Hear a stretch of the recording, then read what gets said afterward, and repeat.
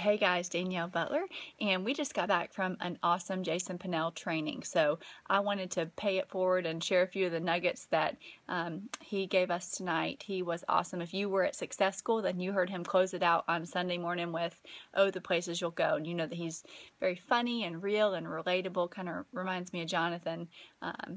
In some of those things. So I wanted to pass these along. I'm going to keep it short and sweet, do my best, but a few of them just too good to pass up. So the very first thing he said, he gave us 2 questions to filter everything through and think about from your prospect's perspective. If you're looking in on you, if you ask yourself these 2 questions, it's really going to help. So the first one is, do I want to do what you do?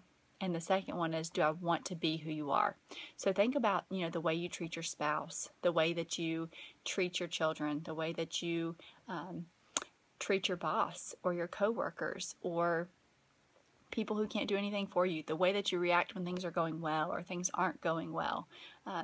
So many different things there. The example he gave is if you're the guy or the gal that's at your kid's ball game and you're doing a 3-way call or you're plugged into a webinar, that's not attractive to most people. So you got to think from the perspective of, is this something I see myself doing? Do I want to do what you're doing? Do I want to be who you are? So if you're straight blowing up everybody's Facebook with Advocare stuff 24/7, that's not what people want to see. That's not attractive. They don't want to be a salesperson, and that's how that tends to come across. Same thing with if you're Advocare 24/7, then that's not attractive to people. I can think of an example. I remember a time when I was sending out an email from my constant contact at 3 o'clock in the morning, and one of my team members called me out. This was back when I was still teaching and working full time. They're like, "What were you doing up at 3 o'clock in the morning sending emails?" And I'm sure they thought, man, if this is something if I've got to send emails at 3 o'clock in the morning to be successful, I don't want to do that. So that's something to be aware of and to keep that filter on. Do I want to do what you do, and do I want to be who you are? So I really like that. He also gave us an acronym for how to talk to people, really, and it's really super simple. It's SALT, and the S is for start a conversation and build a relationship. So you want to do this just real normal. Just talk to people, be genuine and be real.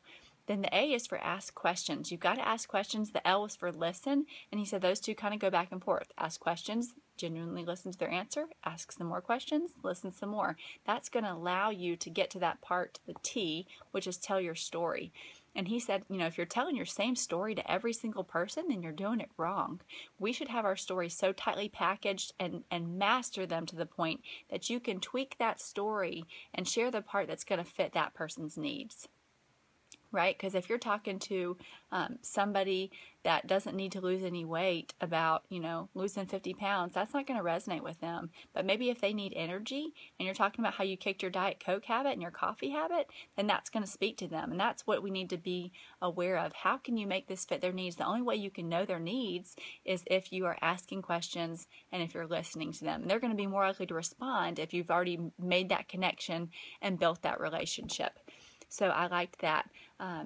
He also gave us some specific verbiage. One of them he shared, we've been using for a while. Melissa gave it to us a while back, and it's been really helpful for us. He said, hey, you know what?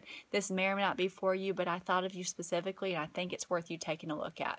And that's something that we use all the time. I really like, because it gives them a way out. May or may not be for you, but I thought of you. So that's powerful.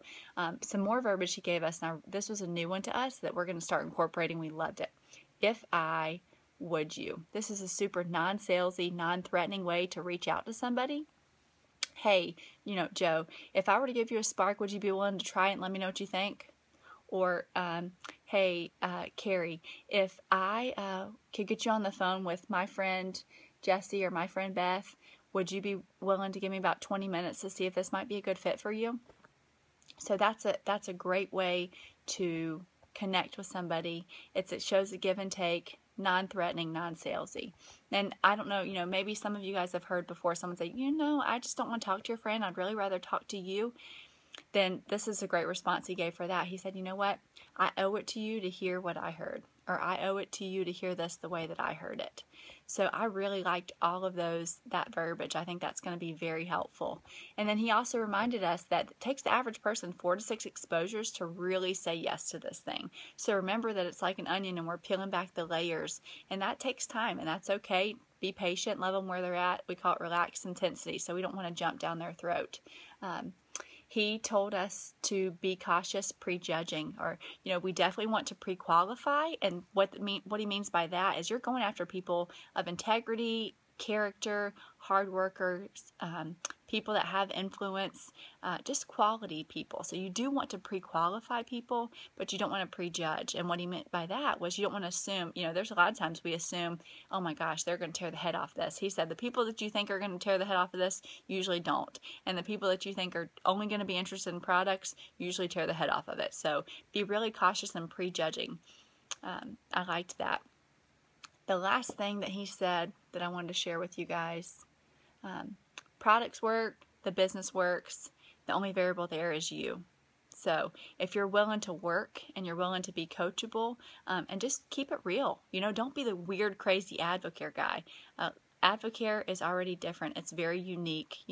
There's not many companies or opportunities out there talking about time freedom and financial freedom and debt freedom and helping people have solutions and options. There's not many companies out there like that. So that's already weird in a good way. So we don't want to be over the top, weird, attacking people, chasing them down with Advocare. Be excited. Be enthusiastic, but you got to develop that relationship and keep it real. So he was awesome tonight. We really enjoyed hearing from him. So hopefully you guys got something out of those nuggets too, and took away something that will help you guys. So God bless you. Have a great rest of the week.